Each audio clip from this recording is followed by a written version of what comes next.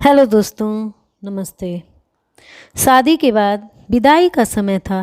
नेहा अपनी माँ से मिलने के बाद अपने पिता से लिपट कर रो रही थी और वहाँ मौजूद सभी लोगों की आंखों में आंसू थे।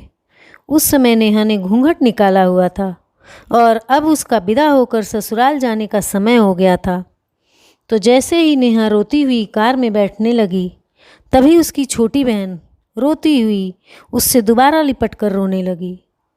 तभी गाड़ी के पास खड़े नेहा के पति अविनाश से उसका दोस्त दिनेश कहता है, अरे यार अविनाश, यहाँ से घर पहुँचते ही सबसे पहले होटल अमृत बाग पहुँचकर बढ़िया सा खाना खाएंगे, क्योंकि यहाँ तेरे ससुराल में तो एकदम घटिया खाना था।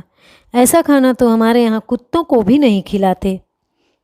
तभी साथ में ही खड़े अविनाश के छोटे भाई ने कहा, हाँ यार, यहाँ का खाना तो एकदम बकवास था और रसमलाई में तो रस ही नहीं था। ये कहते हुए वो तीनों जोर से हंस रहे थे।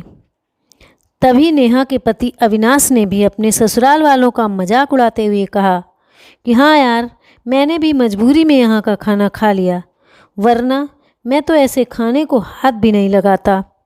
और अब पक्का हम तीनों घर पहुँचते ही होटल अमृत बाग का खाना खाएंगे।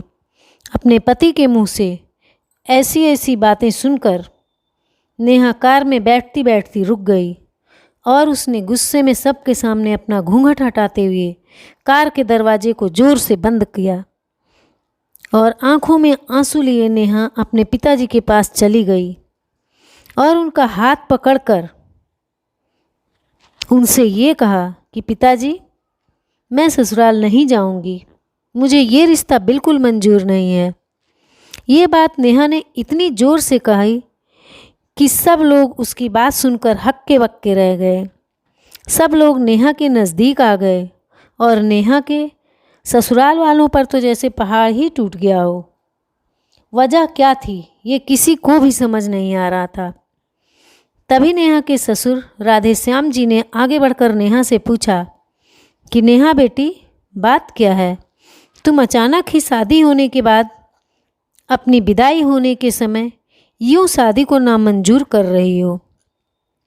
नेहा कुछ देर चुप रहने के बाद अपनी आंखों में आंसू लिए अपने ससुर से बोली कि बाबूजी, आपको पता है, मेरे माता पिता ने अपने सभी सपनों को मारकर हम सभी बहनों को इतना पढ़ाया लिखाया और काबिल बनाया है, और आप जानते हैं कि एक बाप के लिए उसकी बेटी क्या मायने रखती है। वैसे आप और आपका बेटा कभी नहीं जान सकते, क्योंकि बाबूजी, आपके घर में तो कोई बेटी है ही नहीं।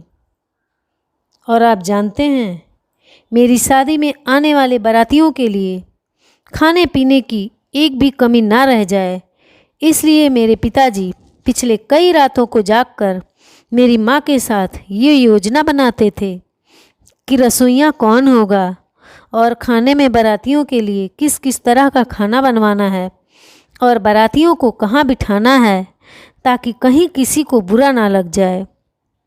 और शायद आप नहीं जानते कि मेरी माँ ने पिछले 1 साल से एक भी नई साड़ी नहीं खरीदी, क्योंकि मेरी शादी में पैसों की कोई कमी ना हो जाए। और आज भी मेरी शादी में मेरी माँ मेरी बड़ी बहन की साड़ी पहनकर खड़ी है, और ये तो कुछ भी नहीं, मेरे पिताजी भी 150 रुपए की इस शर्ट के नीचे कई छेद वाली बनियान पहनकर खड़े हैं। और ये सब सिर्फ इसलिए ताकि मेरी शादी में कोई कमी ना रह जाए।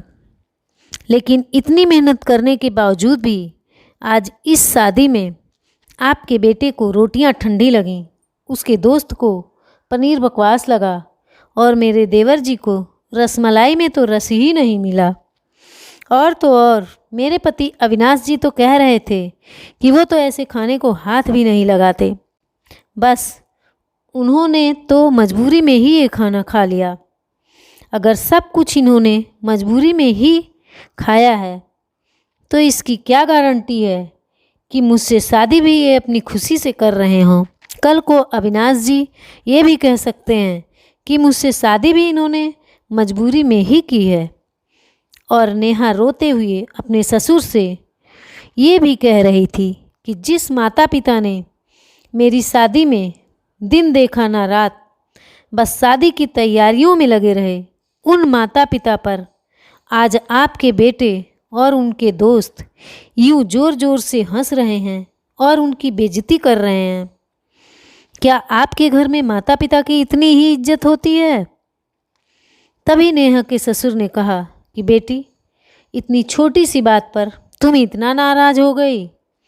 तो नेहा ने अपने ससुर की बात काटते हुए कहा कि बाबूजी, ये छोटी सी बात नहीं है। अगर शादी के बाद मैं भी आपकी इज्जत ना करूं तो आपको कैसा लगेगा? ये सुनते ही नेहा के ससुर ने शर्म के मारे अपनी आंखें नीची कर लीं। नेहा ने कहा, लेकिन बाबूजी, आप चिंता ना करिए, हमारे अंदर हमारे अच्छे माता पिता के संस्कार हैं। किसी की बेइज्जती करना, ये सब हमारे माता पिता ने हमें कभी सिखाया ही नहीं है। ये सुनते ही नेहा के पिताजी दयाशंकर जी ने आंखों में आंसू लिए अपनी बेटी को गले से लगा लिया और उससे कहा कि बेटी, मुझे गर्व है कि तू मेरी बेटी है और अब तू शांत हो जा बेटी। तुझे मेरी कसम, तू इन्हें माफ़ कर दे और खुशी खुशी अपने ससुराल चली जा। तभी नेहा का पति अविनाश भी नेहा के पिताजी और नेहा से हाथ जोड़कर माफ़ी मांगता है और ये कहता है कि बाबूजी, मुझे माफ़ कर दो, सारी गलती मेरी है, लेकिन आज आपकी बेटी ने मुझे एक पिता की इज्जत करना सिखा दिया और आज के बाद मैं हर किसी के माता पिता की हमेशा इज्जत करूँगा।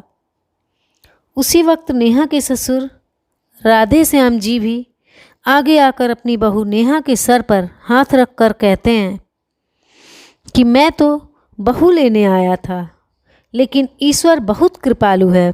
उसने मुझे बहू के रूप में एक बेटी दे दी और वो भी इतने अच्छे संस्कार वाली, जो कि माता पिता का इतना सम्मान करती है। और अब बेटी, मेरे कहने से इन नालायकों को भी माफ़ कर दे, मैं हाथ जोड़ता हूँ तेरे सामने। तभी नेहा अपने ससुर जी के दोनों हाथ को पकड़ लेती है और कहती है कि नहीं बाबूजी, आप मेरे पिता के समान हैं, कृपया आप मेरे सामने हाथ ना जोड़िए। तो नेहा के पिताजी दयाशंकर जी भी कहते हैं कि समधी जी, आप मेरी बेटी के सामने हाथ जोड़कर कृपया हमें शर्मिंदा मत कीजिए। मेरी तो आपसे बस इतनी ही प्रार्थना है कि आप मेरी बेटी को अपनी ही बेटी समझना और इससे कभी कोई गलती हो जाए तो इसे माफ़ कर देना। तो राधे श्याम जी ने अपने समधी दयाशंकर जी का हौसला बढ़ाते हुए कहा कि आप बिल्कुल चिंता मत करिए, बल्कि अब तो नेहा बेटी ही हमारे पूरे घर को संभालेगी और ये अब हमारे घर की लक्ष्मी है। ये सुनकर नेहा के पिताजी बहुत खुश हो जाते हैं और अपनी बेटी को खुशी खुशी विदा करते हैं। और नेहा अब राजी खुशी अपने ससुराल रवाना हो गई थी और अपने पीछे छोड़ गई थी आंसुओं से भीगी हुई अपनी माँ और पिताजी की आंखें और अपने पिता का वह आंगन, जिस आंगन में वह कल तक खूब हंसती खेलती थी। आज से इस आंगन की चिड़िया उड़ गई थी किसी दूर प्रदेश में। बेटी माँ बाप का अभिमान होती है। अपनी बेटी और अपने जिगर के टुकड़े को उसकी शादी करके उससे विदा करता है। हमें उसका अपमान करके उन्हें और दुखी कभी नहीं करना चाहिए। धन्यवाद।